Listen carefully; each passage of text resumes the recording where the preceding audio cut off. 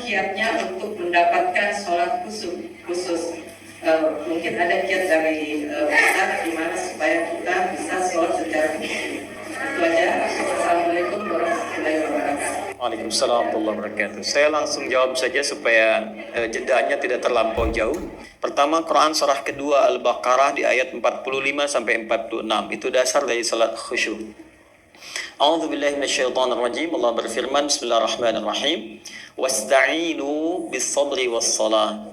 Wa innaha lakabiratun illa 'alal khashi'in. Dan jika Anda punya persoalan dalam kehidupan, terima dulu dengan sabar. Jadi ini indah sekali kalimatnya. Kata Allah, jika Anda punya persoalan dalam kehidupan, terima dulu dengan sabar. Karena ujian itu diberikan oleh Allah, hakikatnya untuk meningkatkan kualitas hidup, bukan untuk menjadikan kehidupan bermasalah. Indah. La yukallifullahu nafsan illa usaha. Inna ma'al usri. Jadi ketika diuji oleh Allah, terima dulu. Gak mungkin Allah uji kalau saya gak sanggup. Yang kedua, pasti selesai. Itu secara psikologi menyamankan. Nanti setelah itu, bawa itu dalam sholat, kata Allah. Ternyata salah satu desain sholat itu bukan sekedar menjadi kewajiban untuk pembuktian keimanan kita pada Allah, sekaligus juga menjadi rahmat Allah untuk mengentaskan semua persoalan kehidupan kita. Karena itu dulu, kalau Nabi mengalami persoalan tertentu, sampai ke ulama-ulama, kalau punya hajat yang khusus di luar sholat fardunya, mereka sholat. Al-Imam Al-Bukhari menulis kitab Sahih Al-Bukhari, 97 topik itu 16 tahun. Setiap akan menulis satu hadis, beliau sholat 2 rakaat. Sholat. Ternyata dalam sholat itu kita curhatkan apa persoalan yang kita bawa. Diungkapkan dalam hati lewat sujud atau dihadirkan di pikiran ketika mengucapkan iyyaka na'budu wa iyyaka nasta'in. Nah, itu yang dilakukan sunnahnya Nabi dan Rasul. Karena itu semua Nabi, semua Rasul salat. Nabi Musa salat, Quran surah ke-20 ayat 14. Wa aqimis salata lidzikri. Nabi Isa alaihi salam salat. Wa awsani bis salah, Quran surah ke-19 ayat 31 sampai 33. Nabi Zakaria saat memohon kepada Allah keturunan itu sedang salat di mihrab. Quran surah ketiga Ali Imran ayat 38 sampai 39. Fanadatul malaikatu wa huwa qaimun yusalli fil mihrab. Nabi Ismail alaihi salam meminta semua keluarganya salat. Quran surah 19 ayat 55. Wa kana ya'muru ahlahu bis salah. Semua salat. Apa kepentingan dari salat itu? Bukan sekedar kewajiban untuk membuktikan keimanan dan pengabdian kita pada Allah, tapi mengentaskan semua persoalan kehidupan kita. Nah, itu hanya akan bisa terjadi kalau salatnya khusyuk. Apa dalil hadisnya? Idza qala al-'abdu, hadis qudsi. Kalau hambaku berkata dalam salatnya, iyyaka na'budu wa iyyaka nasta'in, ya Allah, sekarang aku ibadah hanya kepadamu. Dan engkau tahu sekarang aku punya persoalan. Aku serahkan kepadamu untuk memberikan solusinya. Qala Allah azza wa jalla, kata Nabi, Allah langsung menjawab kalimat itu, hadza baini wa baina 'abdi wa li 'abdi ma sa'al. Ini perjanjian antara aku dengan hambaku. Kalau hambaku khusyuk benar sampai di sini salatnya, baru sampai bacaan iyyaka na'budu, baru sampai bacaan iyyaka na'budu wa iyyaka nasta'in, khusyuk benar salatnya, wa li 'abdi ma sa'al. Apapun yang dia minta, aku akan kabulkan. Itu salah satu rahasia salat dalam Al-Fatihah. Makanya Al-Fatihah menjadi rukun. Nah, pertanyaannya bagaimana salat yang khusyuk itu? Maka jawabannya di ayat 46-nya. Alladzina yadhunnuna annahum mulaqu rabbihim wa annahum ilaihi raji'un. Khusyuk itu, kata Allah, akan terlihat sebelum hamba itu menunaikan salat. Jadi khusyuk dibagi 3 prosesnya. Ya, pra salat, sedang salat, pasca salat. Jadi khusyuk dimulai sebelum salat, akan terlihat ciri orang khusyuk itu. Bagaimana cirinya? Alladzina yadhunnuna annahum mulaqu rabbihim. Orang khusyuk itu saat akan salat, dia sudah bersiap-siap merasakan akan menghadap kepada Rabbnya. Rabb itu tingkat tertinggi yang memberikan segala dalam berkehidupan. Kebutuhan, perhatian, perawatan, salah dimaafkan, dosa diampuni. Anda punya pimpinan, hierarkinya tertinggi. Ketika akan menghadap pimpinan, tampilannya beda kan? Anda dipanggil presiden, menghadap ke istana. Apakah akan menggunakan pakaian biasa? Tidak. Pasti akan dandan kan, rapi kan. Makanya orang khusyuk itu kata Al-Quran akan menghadap Allah, sudah merasakan dia yang tertinggi yang memberikan segalanya untuk saya. Maka dia siapkan dari penampilannya pun beda. Quran surah ke-7 Al-A'raf ayat 31. Ya bani Adam khudhu zinatakum 'inda kulli masjid. Hai anak cucu Adam, kalau sudah tiba panggilan dari masjid, Allahu Akbar, kenakan pakaian terbaik. Orang khusyuk itu dari pakaiannya kelihatan. Dia siapkan yang paling baik. Tidak harus mewah, yang paling baik, yang paling layak, yang paling nyaman. Dia siapkan wangian untuk laki-laki. Ya, dia usahakan mendapatkan yang maksimal dari mulai berpakaian sudah kelihatan. Yang kedua, wa annahum ilaihi raji'un. Yang kedua, dia rasakan sebelum memulai sholat. Sholat itu boleh jadi menjadi yang terakhir dia tunaikan dalam hidupnya. Jadi kalau pengen khusyuk, tips yang kedua, rasakan saat akan sholat. Boleh jadi ini adalah sholat yang terakhir yang akan ditunaikan. Makanya Nabi sebelum sholat sering mengatakan, Sallu sholatan muwadda. Kata Nabi, sholatlah kalian sekarang seperti sholat perpisahan. Bapak Asep ada di sini? Asep ada? Kalau ada saya ganti ya. Ah, ini pasti nggak ada nih. Cepi ada? Hah? Ada? Nggak ada ya? Baik. Pak Cepi dipanggil Allah, apa artinya? Tinggal kan? Makanya ujungnya wa annahum ilaihi raji'un, ujung 46. Wa annahum ilaihi raji'un. Baik, azan itu artinya apa? Panggilan. Panggilan dari siapa? Allah. Berarti kita semua dipanggil siapa? Ah, tahu kapan kita akan kembali? Tidak. Boleh jadi dalam sholat itu kita pulang. Tidak ada yang paling indah kepulangan itu kecuali dalam ketaatan. Dan yang paling indah bukankah saat sujud? Insya Allah. Sujud, tiba-tiba ya ayat Tuhan nafsun mutmainnah, hilang. Mau begitu? Nanti asar ya, sebentar lagi kan sekarang belum. Sabar ya Bu. Udah, tenang dulu, pelan-pelan dulu ya. Jadi yang pertama rasakan. Ini sholat yang akan mengantarkan pada kepulangan. Sehingga mengkondisikan jiwa kita untuk pasrah kepada Allah. Nah, kemudian setelah itu apa yang dilakukan? Takbir. Perhatikan baik-baik. Saya masuk ke pokoknya. Takbir. Wa rafa'a yadayhi hadwa mankibaihi. Hadis riwayat Muslim hadis 397 dari Abu Hurairah, sahabat pelakunya Khalad bin Rafi' Az-Zuraiki, diajarkan oleh Nabi, angkat tanganmu sejajar dengan bahumu. Ada yang begini? Nanti di riwayat lain di Ibnu Majah ada yang begini, sejajar dengan daun telinga. Tapi semuanya begini. Artinya apa? Ketika Anda mulai bertakbir menghadap ke arah kiblat, buang semua urusan dunia ke belakang, pasrahkan diri pada Allah. Itu rahasianya. Jadi kalau ingin khusyuk, dunia jangan dibawa. Kalau sedang takbir tuh angkat, buang semua urusan dunia ke belakang, jangan dibawa. Problemnya sekarang, orang sholat, dia bertakbir, tapi dunianya masih ikut. Lisannya Allahu Akbar, tapi di kepalanya motor Hu Akbar, mobil Hu Akbar. Yang sekarang paling dahsyat, status Hu Akbar. Ya, sehingga teringat terus. Ada yang tega membatalkan hubungannya dengan Allah hanya untuk meneruskan hubungan dengan makhluk. Allahu Akbar, tang ting tung ting tang ting tung. Halo? Terus ketika dia berdoa, nuntutnya luar biasa. Ya Allah, tolong kabulkan.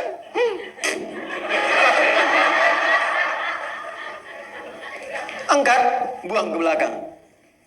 Nah, di fase ini hadis Abu Daud, ini Nabi yang menyampaikan. Ingat ya, saya runtutkan betul. Ketika Anda belum sholat, itu sudah akan terasa pengen khusyuk. Tapi ketika sudah mulai bertakbir, kata Nabi, fayaqulu syaitanu, maka setan akan datang membisikkan. Namanya khanzab. Uzkur kada. Ingat ini, ingat itu. Anda sekhusyuk apapun, kalau sebelum sholat, itu kuat. Tapi setelah bertakbir, bisa muncul di kepala itu. Nah, itu setan mulai bekerja. Hatta, hadisnya teruskan, hatta la yash'ura al-musalli kam raka'atan yusalli, sampai ada orang sholat lupa berapa rakaat sedang menunaikan sholatnya. Itu hadis. Ya.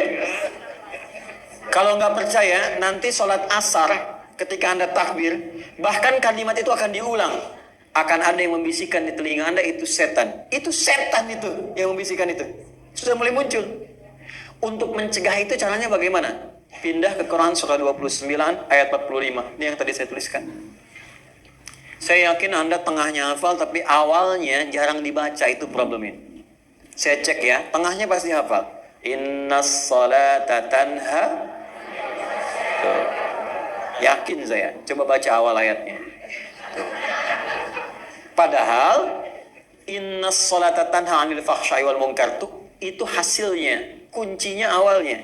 Utlu ma uhiya ilaika minal kitab wa aqimus shalah. Itu awal ayatnya. Utlu secara cepat karena waktunya terbatas, dari kata tilawah. Ada qiraah, ada tilawah. Kalau qiraah cuma baca, secara umum maknanya membaca tidak menuntut pemahaman. Itu qiraah. Orangnya disebut qori. Kalau Anda ada acara, ada pembaca Quran disebut qori kan? Kan dia cuma baca kan? Tidak menerjemahkan kan? Baik, tapi kalau bacaan itu menuntut kita untuk memahami dan mengamalkan apa yang dipahami, itu namanya tilawah. Karena itu biasanya kalau ada qari baca, di sampingnya ada penerjemah untuk memahamkan. Siapa namanya? Suri tilawah. Mungkin boleh jadi waktu itu yang pertama kali tilawah Busari. Makanya Sari tilawah. Kalau Pak Heri maka menjadi Heri tilawah. Karena bahasa Arabnya cukup tilawah, nggak ada sarinya gitu. Asalnya begitu.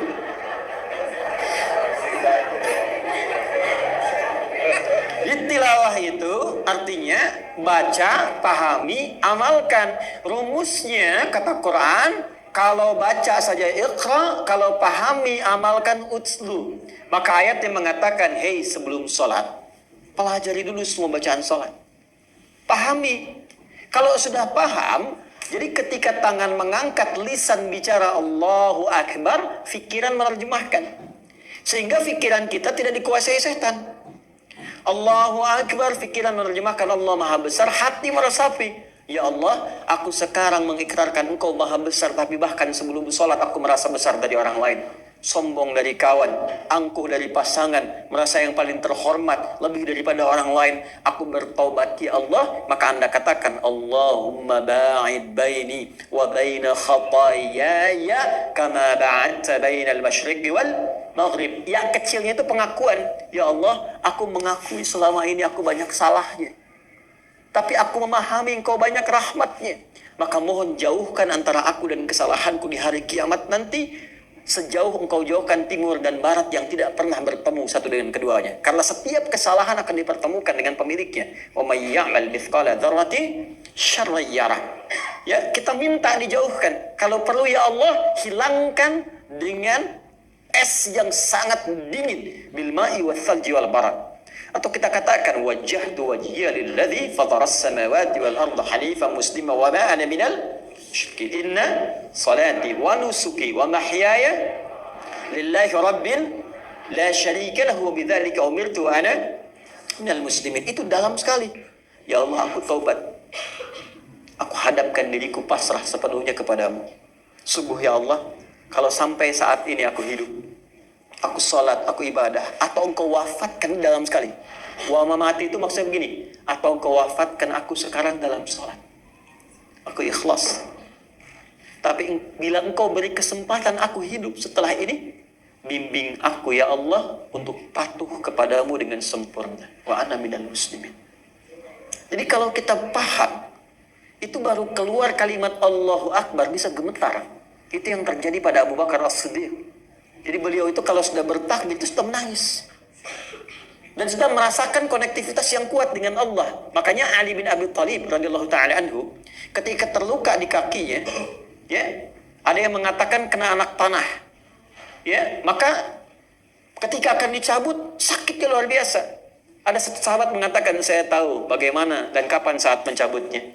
Maka ketika sholat, dicabut anak panah itu dan tidak berubah ekspresi beliau. Diam, seakan-akan tidak ada apa-apa.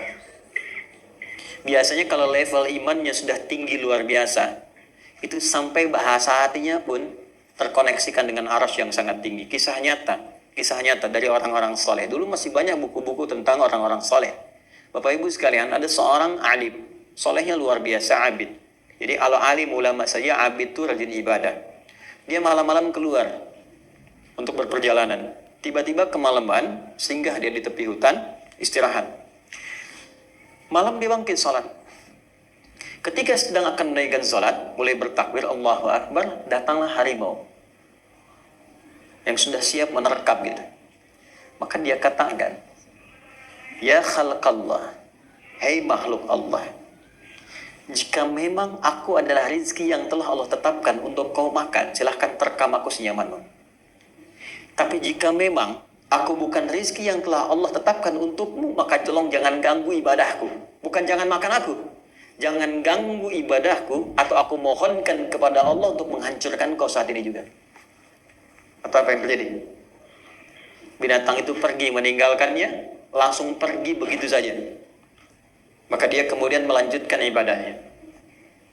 Ketika konektivitas itu tinggi, khusyuk itu mendalam luar biasa, jawaban datang dan kalimat yang disampaikan begitu sangat luar biasa. Walam yakhsha illallah. Nggak ada ketakutan, nggak ada kemapanan kecuali konektivitasnya hanya Allah.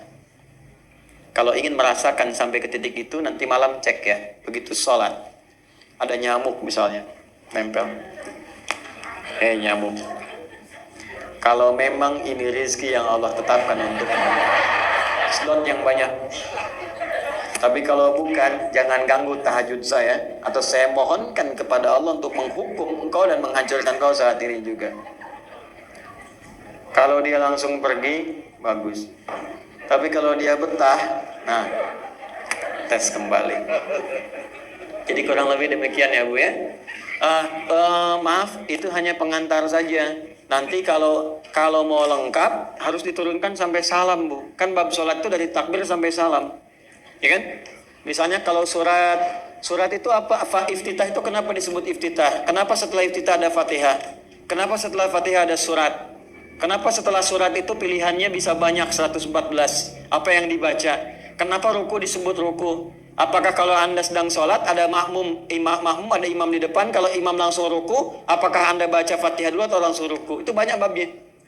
Banyak sekali babnya. Nanti lain waktu kalau ada kesempatannya, insya Allah mudah-mudahan kita bisa belajar dengan lebih lengkap ya.